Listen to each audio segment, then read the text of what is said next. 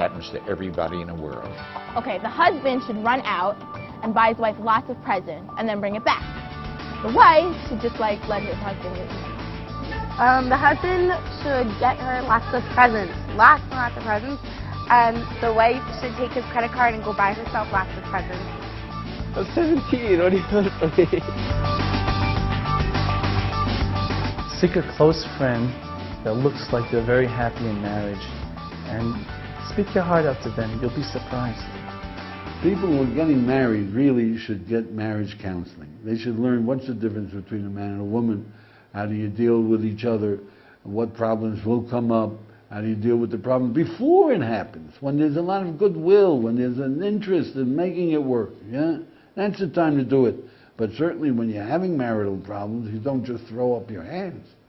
It doesn't go that way. Get a counselor. Learn some Torah wisdom. Read some books.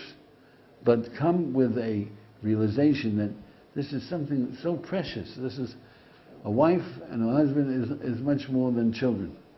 Make it work. You gotta make it work. Acknowledge your problems. Try to talk it out. Try not to get angry about little things. Put some space between you for a while. Know that just because you're fighting doesn't mean you don't love each other anymore. One thing, I'll tell you, will have a tremendous effect. Give your partner pleasure. Don't worry about the fact right now you're fighting. Get her a present. Get her something that you know that she'll enjoy. It doesn't matter. And take pleasure in her pleasure. It'll take away the enmity. And the same thing goes for the woman. Give him a compliment. It doesn't cost you anything. But tell him how much you appreciate one of the good things that he does. It softens him up. It softens each other up. And it makes them realize that they really love. You know, I've had experiences as a rabbi, I've had experiences in marriage counseling, where a beautiful young couple come to me, and they want to get a divorce. I said, look at them, nice people, nice kids. So I say, why in the world do you want to get a divorce? So she says, I want to put arsenic in his coffee. Yeah?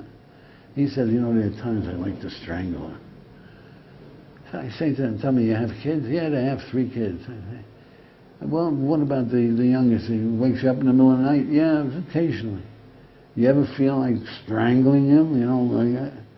Well, sometimes, you know, 3 times you get up. Do you love him?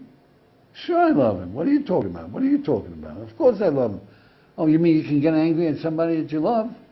That's a revelation. You can get angry at somebody that you love. It's a revelation to them. And they go home happy.